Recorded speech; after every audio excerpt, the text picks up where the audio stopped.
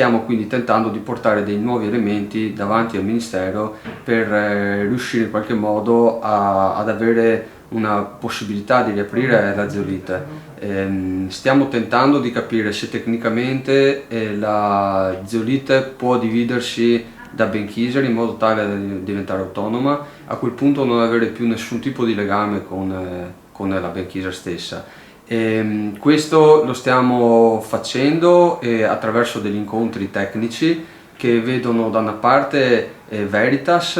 interessata per capire se è possibile attraverso di loro scaricare le acque di trattamento e le acque anche quelle industriali direttamente in canale o a trattamento da loro, o viceversa facendo un investimento interno a zeolite stessa che si possa in qualche modo arrangiare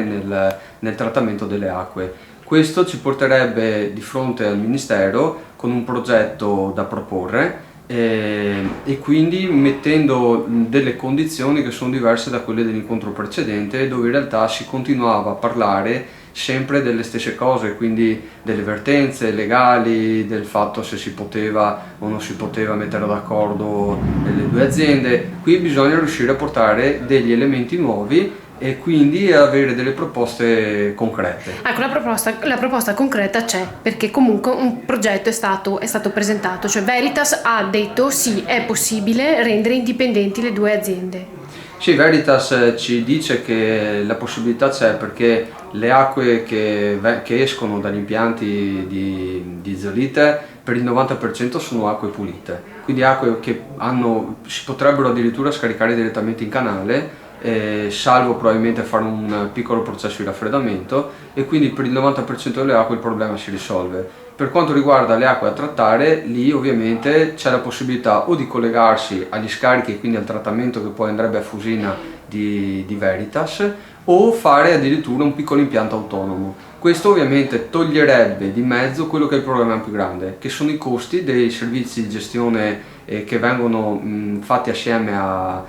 Benkiser e che hanno costi che per zeolite sono troppo elevati, che non ce la fanno a sostenere. Si parla di circa 400.000 euro solo il trattamento. Quindi togliere questa grande spesa e questo continuo ricatto che c'è tra le due aziende permetterebbe a zeolite di avere una tranquillità maggiore per il futuro e a quel punto di poter riaprire anche l'azienda, perché solo con queste condizioni zeolite ha detto che vuole ripartire. L'azienda è disposta anche a aprire a breve termine, cioè l'azienda, e ripartire con le produzioni. Adesso attualmente sta facendo un giro da parte dei clienti che momentaneamente erano stati sospesi e una volta sentiti lei ha delle certezze maggiori per ripartire. Quello che hanno dubbio praticamente l'azienda c'è la certezza di dire se riapro non avrò in seguito ancora degli altri ostacoli da parte di Recchi Benkiser che può chiudermi i cancelli di nuovo. Noi come lavoratori siamo